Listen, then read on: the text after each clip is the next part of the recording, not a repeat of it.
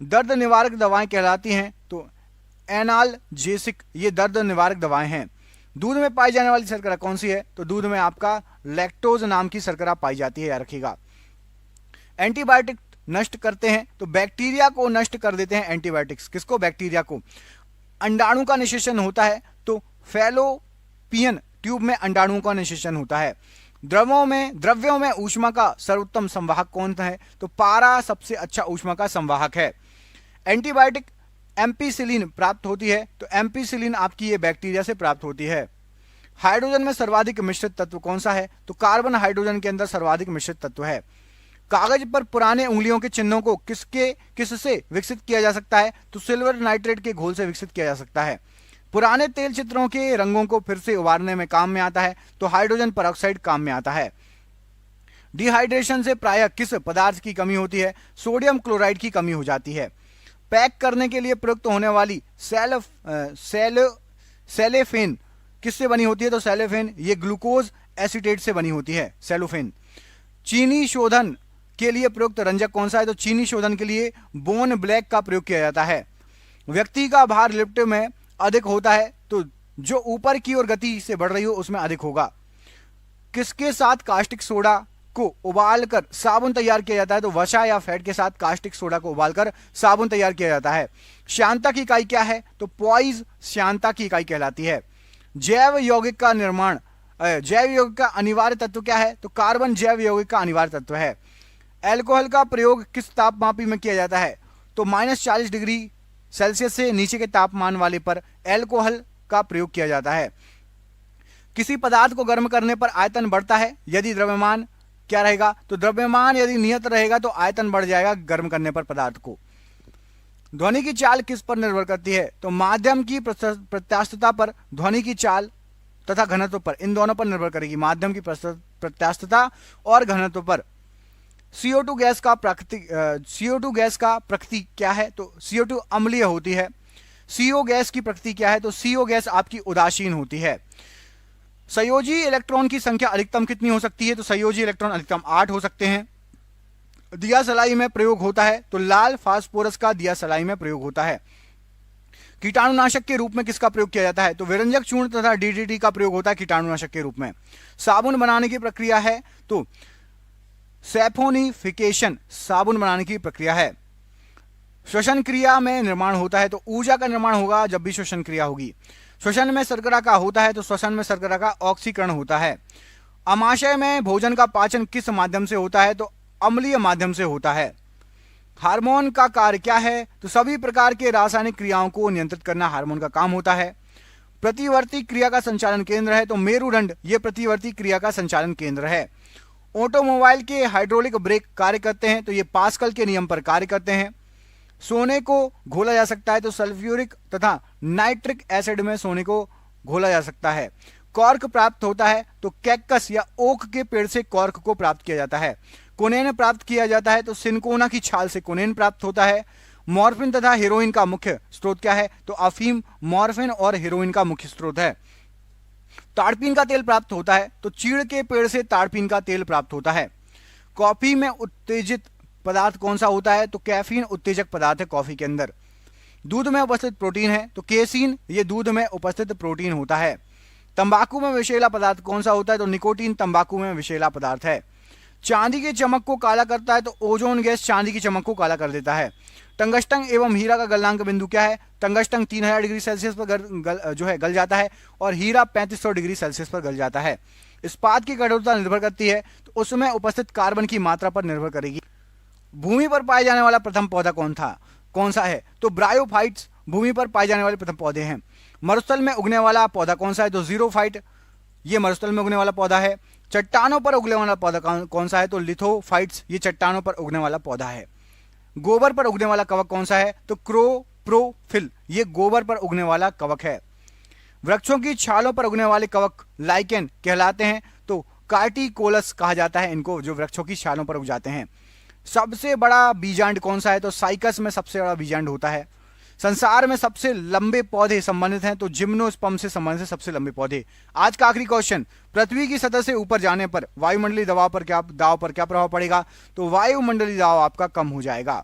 ये हो गए आपके सुपरफास्ट क्वेश्चन। इसके आगे क्वेश्चन मैं करा चुका हूं आपको 801 से लेकर 1000 तक के।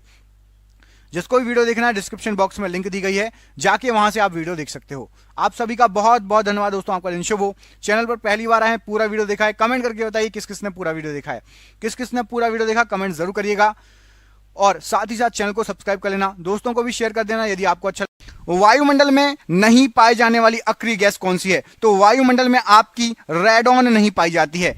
वायुमंडल में अक्रिय गैस पाई जाती है, लेकिन रेडॉन अक्रिय गैस है वो नहीं पाई जाती है। अगला क्वेश्चन देखिए, वायुमंडल में सर्वाधिक मात्रा में पाई जाने वाली अक्रिय गैस कौन सी है? तो आर्गन सबसे ज्यादा पाई जाती है, और आर्गन एक अक्रिय गैस है, याद रखिएगा। अक्रिय गैसों की खोज किसने की थी? रैमजे ने अक्रिय गैसों की खोज की थी। वायुमंडल में नाइट्रोजन का प्रतिशत कितना है? 78% है नाइट्रोजन वायुमंडल में। ब्रह्मांड में सर्वाधिक मात्रा में पाए जाने वाला तत्व कौन सा है? तो पूरे ब्रह्मांड की बात हो रही है, पृथ्वी के और बाहर चले जाओ, सभी जगह यदि मिला लोगे सबसे ज्यादा हाइड्रोजन पाई जाती है, हाइड्रोजन, याद रखिएगा। वायुमंडलीय दाब का मापक है तो बैरोमीटर से वायुमंडलीय दाब को मापा जाता है। एक वायुमंडलीय दाब किसके बराबर होता है? तो 10 के ऊपर 5 की घात न्यूटन प्रति मीटर स्क्वायर के बराबर होता है। ठीक है, एक वायुमंडलीय दाब। वायु दाब मापी में पारे के स्तंभ का धीरे धीरे गिरना क्या कहलाता है? यदि धीरे धीरे नीचे आने लगा तो समझ लो वर्षा की संभावना है, वर्षा होने वाली है। वायु दाब मापी में पारे के स्तंभ का अचानक नीचे गिरना किसका सूचक होता है? एकदम से नीचे गिर गया मतलब आंधी तूफान आने वाला है। बैरोमीटर में पारे के स्तंभ का धीरे धीरे ऊपर चढ़ना किसका सूचक होता है? यदि धीरे धीरे ऊपर जाता है इसका मतलब है आपका कि स्वच्छ और साफ मौसम होने वाला है। दाब बढ़ने पर बर्फ पर क्या प्रभाव पड़ेगा? बर्फ के गलनांक पर, मतलब पिघलेगी या नहीं। तो प्रेशर यदि आप लगाओगे बर्फ पर तो गलनांक घट जाएगा, याद रखिएगा। पानी में भरे गिलास में एक बर्फ का टुकड़ा तैर रहा है, टुकड़े का पूरा पिघल जाने पर पानी के तल पर क्या प्रभाव पड़ेगा? तो अपरिवर्तित रहेगा। प्रेशर कुकर में खाना जल्दी क्यों पक जाता है? क्योंकि पानी का क्वथनांक बढ़ जाता है, इसलिए पक जाता है जल्दी। पानी से भरे किसी बर्तन में पड़ा हुआ सिक्का थोड़ा ऊपर उठा हुआ दिखेगा तो प्रकाश के अपवर्तन का सिद्धांत लागू होता है। उस सिक्के पर जो पानी के अंदर डूबा है वो थोड़ा सा ऊपर उठा हुआ दिखेगा आपको। घड़ी की भरी हुई चाबी में संचित ऊर्जा कौन सी होती है? तो जो चाबी वाली घड़ियां आती हैं उसको आप भर देंगे, स्थितिज ऊर्जा उसमें संचित हो जाती है। गुरुत्वीय त्वरण जी का मान कितना होता है? Most IMP, very very very IMP question, याद रख लो। गुरुत्वीय त्वरण जी का मान होता है 9.8 मीटर प्रति सेकंड स्क्वायर, याद रखिएगा, 9.8 मीटर प्रति सेकंड का स्क्वायर। चंद्रमा पर गुरुत्वीय त्वरण का मान पृथ्वी के मान का कितना होता है? लगभग 1/6 भाग होता है, याद रखिएगा। जी का मान कम कहां पर होगा? तो आप यदि विषुवतीय रेखा के आसपास रहेंगे तो जी का मान, गुरुत्व का मान सबसे कम होगा। जी का मान सबसे अधिक कहां पर होगा? तो यदि आप ध्रुवों पर रहेंगे तो गुरुत्वाकर्षण का मान सबसे अधिक रहेगा। पृथ्वी के केंद्र पर जी का मान क्या होता है? तो पृथ्वी के केंद्र पर गुरुत्वाकर्षण का मान 0 होगा, 0 होगा। गड्ढे में भरे पानी पर मिट्टी का तेल छिड़कने पर मच्छर क्यों मर जाते हैं? तो इसका रीजन है आपका पृष्ठ तनाव कम हो जाता है, सरफेस टेंशन। कोई वस्तु द्रव में अंशतः या पूर्णतः डुबाई जाती है तो उसके भार में कमी प्रतीत होती है। इसका क्या सिद्धांत है? यदि आप कोई भी वस्तु डाल दो पानी में तो उसका वजन कम हो जाता है, उत्प्लावन का बल के कारण उसका भार कम प्रतीत होता है, कम हो नहीं जाता, प्रतीत होता है। उत्प्लावकता का सिद्धांत किसने दिया था? तो आर्किमिडीज ने उत्प्लावकता का सिद्धांत दिया था। किसी पदार्थ के 1 ग्राम सहती का द्रव्यमान लेकर इसका ताप 1 डिग्री सेंटीग्रेड बढ़ाने के लिए पदार्थ को दी गई ऊष्मा क्या कहलाती है? तो किसी का भी आप 1 डिग्री पदार्थ टेम्परेचर बढ़ाओगे उसको विशिष्ट ऊष्मा कहेंगे, याद रखिएगा। पृथ्वी के लिए पलायन वेग का मान कितना होता है? तो 11.2 किलोमीटर प्रति सेकंड के वेग से अपने दोस्त को फेंकिए, वापस पृथ्वी पर वो नहीं आएगा। पलायन वेग की स्पीड में यदि आप फेंक देंगे ना तो वापस नहीं आएगा। सूर्य के लिए पलायन वेग का मान क्या है? तो 42 किलोमीटर प्रति सेकंड, ये सूर्य के लिए पलायन वेग का मान है। चंद्रमा के लिए पलायन वेग कितना है? तो 237 किलोमीटर प्रति सेकंड, ये चंद्रमा के लिए पलायन वेग का मान है। ऑप्टिकल फाइबर के आविष्कारक कौन थे? तो टी.एच. माइमान, ये ऑप्टिकल फाइबर के आविष्कारक थे। पनडुब्बी के अंदर से बाहर देखने के लिए प्रयोग होता है तो पेरिस्कोप का प्रयोग होता है। पेरिस्कोप ऐसा होता है, ऐसा एक लेंस यहां लगा होता है, एक लेंस यहाँ पर तिरछा लगा होता है, एक तिरछा यहाँ लगा होता है, और यहां से आप देखते हैं और आपको बाहर का नजारा दिख जाता है। ठीक है, तड़ित चालक का आविष्कार किया था तो बेंजामिन फ्रैंकलिन ने तड़ित चालक का आविष्कार किया था। तड़ित चालक बना होता है तो तड़ित चालक ये तांबे का बना होता है, याद रखिएगा। प्राथमिक सेल कौन से सेल होते हैं? तो शुष्क सेल को प्राथमिक सेल कहा जाता है। शुष्क सेल में संग्रहित ऊर्जा कौन सी होती है? तो रासायनिक ऊर्जा होती है शुष्क सेल में। शुष्क सेल का कैथोड किसका बना होता है? तो शुष्क सेल का कैथोड जस्ते का बना होता है। शुष्क सेल का एनोड किसका बना होता है? तो कैथोड जस्ते का और एनोड कार्बन। ठीक है, कैथोड जस्ता, एनोड कार्बन। संचायक बैटरी में प्रयुक्त धातु कौन सी है? तो सीसा यूज होता है संचायक बैटरियों में। गैलेना अयस्क है तो गैलेना सीसा का अयस्क है। लेड सीसा संचायक बैटरी में प्रयुक्त अम्ल कौन सा होता है? तो सल्फ्यूरिक अम्ल प्रयोग में होता है। एक कार बैटरी में प्रयुक्त विद्युत अपघट्य होता है तो सल्फ्यूरिक अम्ल को कार की बैटरियों में डाला जाता है, प्रयोग किया जाता है।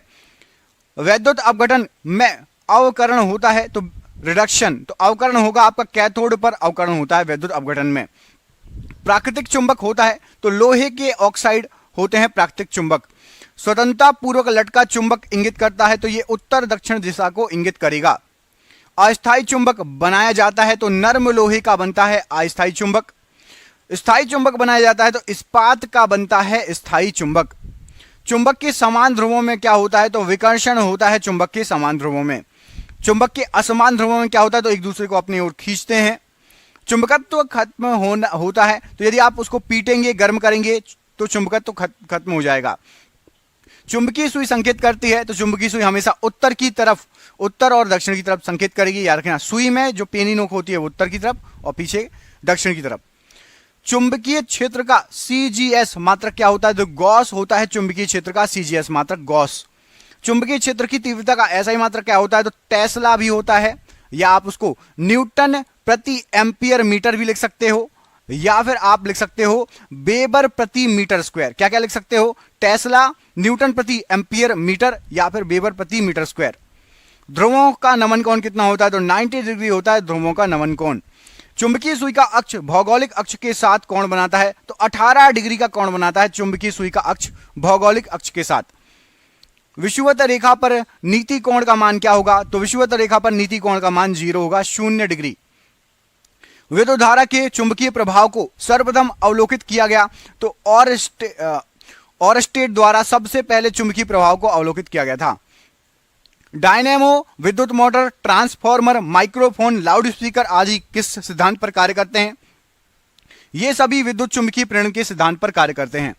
डायनेमो परिवर्तित करता है तो यांत्रिक ऊर्जा को विद्युत ऊर्जा में परिवर्तित करता है डायनेमो। विद्युत मोटर बदलता है तो विद्युत मोटर से विद्युत ऊर्जा यांत्रिक ऊर्जा में बदल जाएगी। रासायनिक ऊर्जा को विद्युत ऊर्जा में परिवर्तित करता है तो बैटरी का काम है रासायनिक ऊर्जा को विद्युत ऊर्जा में परिवर्तित करता है बैटरी। ट्रांसफार्मर का क्रोड बना होता है तो ट्रांसफार्मर का क्रोड ये नर्म लोहे का बना होता है, याद रखना, सॉफ्ट आयरन का। ताप का एसआई मात्रक क्या होता है? तो केल्विन ताप का एसआई मात्रक है। डायोड से धारा बहती है तो एक दिशा में बहती है डायोड से धारा। ट्रांसफार्मर प्रयुक्त होता है तो केवल एसी परिपथ में ट्रांसफार्मर प्रयोग होता है। ट्रांसफार्मर का कार्य क्या है? तो हाई एसी को लो एसी में बदलना या लो एसी को हाई एसी में बदलना, यह ट्रांसफार्मर का कार्य है। हाई एसी को लो एसी वोल्टेज, लो एसी वोल्टेज को हाई एसी वोल्टेज में। और रेक्टिफायर का काम क्या है? तो ये एसी करंट को डीसी में, एसी को डीसी में बदल देता है। एसी को डीसी में रेक्टिफायर बदलता है। फ्यूज का तार बना होता है तो सीसा और टिन का बना होता है फ्यूज का तार। टेलीफोन लाइन में प्रवाहित ऊर्जा होती है तो विद्युत ऊर्जा होती है टेलीफोन लाइन में प्रवाहित ऊर्जा। टेलीफोन के आविष्कारक कौन थे? तो ग्राहम बेल ये टेलीफोन के आविष्कारक थे। घरेलू फ्यूज तार का जो घरेलू फ्यूज तार का होता है तो निम्न गलनांक होता है, बहुत जल्दी पिघल जाता है घरेलू फ्यूज का तार। शॉर्ट सर्किट होता है, तुरंत टूट जाता है। नाभिकीय रिएक्टरों में ईंधन के रूप में प्रयोग होता है तो यूरेनियम का प्रयोग होता है ईंधन के रूप में। कैंसर के इलाज में प्रयोग किया जाता है तो कोबाल्ट 60 को कैंसर के इलाज में प्रयोग किया जाता है। कोबाल्ट पाया जाता है तो विटामिन B12 में कोबाल्ट पाया जाता है, याद रखना। कैंसर का अध्ययन क्या कहलाता है? तो कैंसर का अध्ययन कहलाता है आपका ऑन्कोलॉजी, ये कैंसर का अध्ययन कहलाता है। कीमोथेरेपी का इस्तेमाल किया जाता है तो कैंसर के इलाज में कीमोथेरेपी का इस्तेमाल किया जाता है। कैंसर की प्रसिद्ध दवा टैक्सोल किस वृक्ष से प्राप्त होती है? तो टैक्सोल यू वृक्ष से प्राप्त होती है। YEWS यू वृक्ष से टैक्सोल प्राप्त होती है। ORT ओरल जो है रिहाइड्रेशन थेरेपी जो है किससे संबंधित है, तो ये अतिसार से संबंधित है, ORT थेरेपी। ग्लूकोमा व ट्रैकोमा बीमारी है, तो आंखों की बीमारी है ग्लूकोमा और ट्रैकोमा। डिप्थीरिया रोग से ग्रस्त अंग कौन सा होता है, तो हमारे शरीर का गला, ये डिप्थीरिया रोग से ग्रसित अंग है। एथिलीट फुट रोग होता है, तो फंगस से एथिलीट फुट रोग होता है। HIV के जांच के लिए क्या होता है, तो एलिसा टेस्ट होता है HIV की जांच के लिए। HIV द्वारा होने वाला रोग कौन सा है, तो एड्स HIV द्वारा फैलता है। सार्स क्या है, तो सार्स एक विषाणु जनित रोग होता है, सार्स। लेंस की क्षमता का मात्रक क्या है, तो डायोप्टर लेंस की क्षमता का मात्रक है। ज्योति तीव्रता का मात्रक क्या है, तो कैंडेला ज्योति तीव्रता का मात्रक है। वायुमंडल की आर्द्रता मापक है, तो हाइग्रोमीटर से वायुमंडल की आर्द्रता मापी जाती है। द्रवों का आपेक्षिक घनत्व मापक है, तो हाइड्रोमीटर, ये द्रवों का आपेक्षिक घनत्व मापा जाता है हाइड्रोमीटर से। बर्फ की गुप्त ऊष्मा होती है, 80 किलो कैलोरी बर्फ की गुप्त ऊष्मा होती है। डॉपलर प्रभाव संबंधित है, तो ध्वनि से संबंधित है डॉपलर प्रभाव। समुद्री दूरी मापने की इकाई क्या है, तो नॉटिकल मील से समुद्री दूरी को मापा जाता है। पीएच मान का निर्धारण किया जाता है, तो सोरेंस ने पीएच मान का निर्धारण किया था, सोरेंसन। उदासीन विलयन का पीएच मान कितना होता है, तो उदासीन विलयन का पीएच मान 7 होता है। अम्लीय विलयन का पीएच मान कितना होता है, अम्लीय विलयन का पीएच मान 7 से कम होगा। क्षारीय विलयन का पीएच मान होता है, तो 7 से अधिक क्षारीय विलयन का पीएच मान होता है। शुद्ध जल का पीएच मान कितना होता है, तो शुद्ध जल का पीएच मान आपका 7 होता है, 7। अम्लों का स्वाद कैसा होता है, तो अम्ल होते हैं खट्टे। क्षार का स्वाद कैसा होता है, तो क्षार होते हैं आपके कड़वे या फिर तीखा बोल सकते हो आप। जल में घुलनशील भस्म कहलाता है, तो जल में घुलनशील भस्म क्षार कहलाता है।